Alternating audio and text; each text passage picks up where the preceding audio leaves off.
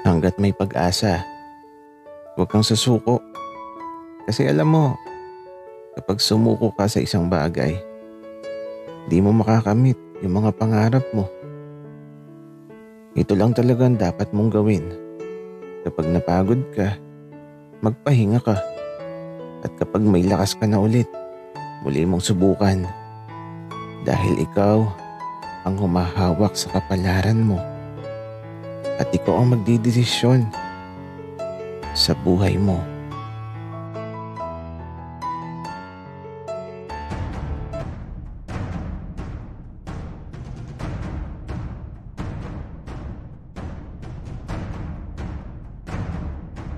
Kaibigan, huwag mong kalimutan mag-subscribe sa aming channel at huwag din kalimutan i-click ang notification bell at subscribe button. Subscribe na!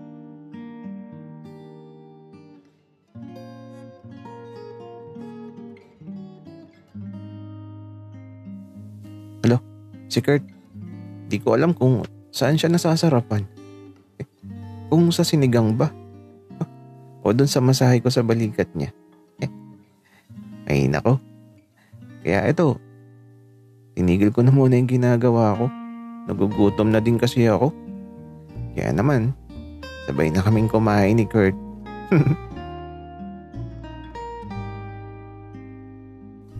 At ito, masaya naman. Solo lang ulit kami sa bahay. At kapag pala masaya ka, hindi mo mapapansin na napakabilis lumipas ng mga oras. Kasi naman, eto, sumapit na naman ang gabi. Tapos, umaga na ulit. Ay naku. Tapos eto, pabalik na kami sa dormitoryo. Wala namang kakaibang nangyari. Dukot lang palagi.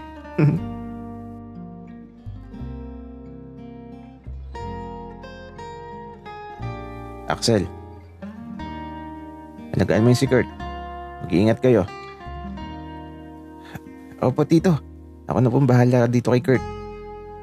Alagaan ko to na parang prinsesa. Baliw, ano pinagsasabi mo dyan, Axel? Magtigil ka nga. Anak, Kurt, maging mabait ka kay Axel. Tsaka kailan kayo babalik ulit? Nako tito, di ko po alam. Kapag may mahabang bakasyon po siguro. O siya, sige. Ingat kayo, Axel, Kurt. Nagpaalam na ang papa ni Kurt. Kami naman eto, naghihintay ng bus na dadaan dito sa Mabitak, Laguna, patungo sa Maynila. At habang naghihintay, naisip ko na kaagad ang mga pwedeng mangyari kapag sa bahay naman namin kami nagpunta. Naku, masaya dun. Tapos makulit pa si kuya. Siguradong magkakasundo sila. At eto na yung bus. Tumigil na kaya sumakay na kami kaagad. Nasa likod na naman kami. Tapos ayan, umuulan pa ng malakas. Ang lamig tuloy. Nagagalit si Temtem sa sobrang lamig.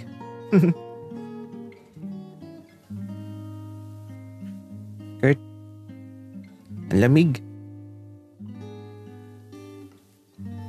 Oo nga Axel, napakalamig. Hawakan mo tong kamay ko, ang lamig din. Kaya ito, hinawakan ko yung kamay ni Kurt. Grabe, napakalamig. Kaya naman ito, dahil hawak ko na din naman yung kamay niya,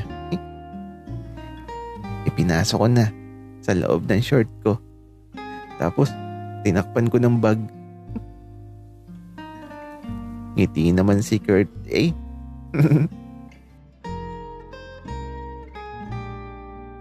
Hoy, Kurt. Nilalamig ka pa? Hindi na, Axel. Hawak ko na yung mainit eh. Mapapangiti ko na lang talaga kay Kurt. Hindi na siya nag-iinarte ngayon. Kaya halos sa buong biyahe, nakahawak lang siya. bumitaw lang nung pababa na kami.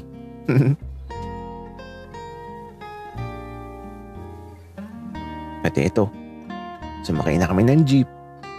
Tapos bumaba sa kanto at naglakad na patungo sa lumang dormitoryo. Pagdating namin, eto, diretso sa kwarto. Tapos nahiga na muna ako sa kama ko.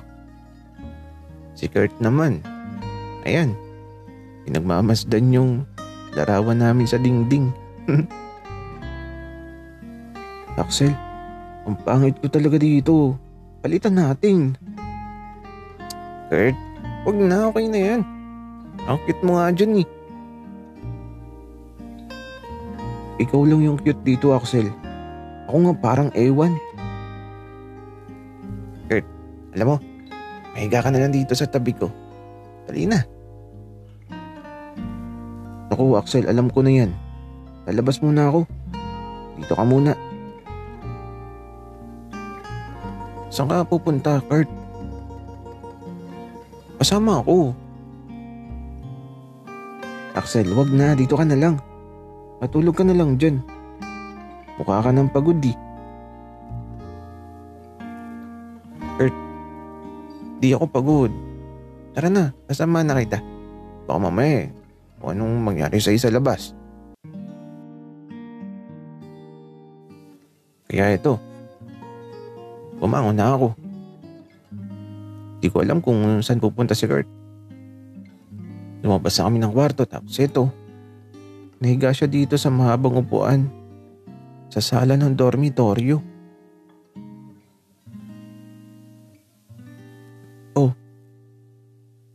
bakit tumiga ka dyan, Kurt? Akala ko ba lalabas tayo? Oo nga, lumabas tayo ng kwarto, Axel. Yun na yun. Hala? Kala ko pa naman, Kurt. Lalabas tayo ng dormitoryo. At ayan. Patawa-tawa lang si Kurt. Ang kulit. Kaya ito. Nagbukas na ako ng ref. Medyo nagulat pa ako. Kasi naman, bakit may ulo ng lechon dito? At si Aling Yoli, eto dumating na.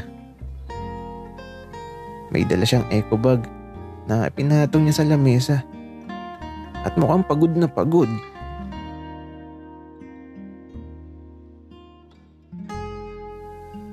Aling Yoli, saan ka galing? Ay nako, Axel, iho. Huwag ka na magtanong. Kumuha ka na lang ng mga plato dyan at kumain na kayo ni Kurt. Dali na. Kaya eto, sumunod daw ka agad at aba, nagugulat ako sa mga inilalabas ni Aling Yoli sa eco bag niya. Aling Yoli, dapat nagbago ka na lang ng pangalan. Axel, iyo, ano naman ang ipapalit ko sa pangalan ko? Aling Yoli, mas bagay sa'yo ang Sharon.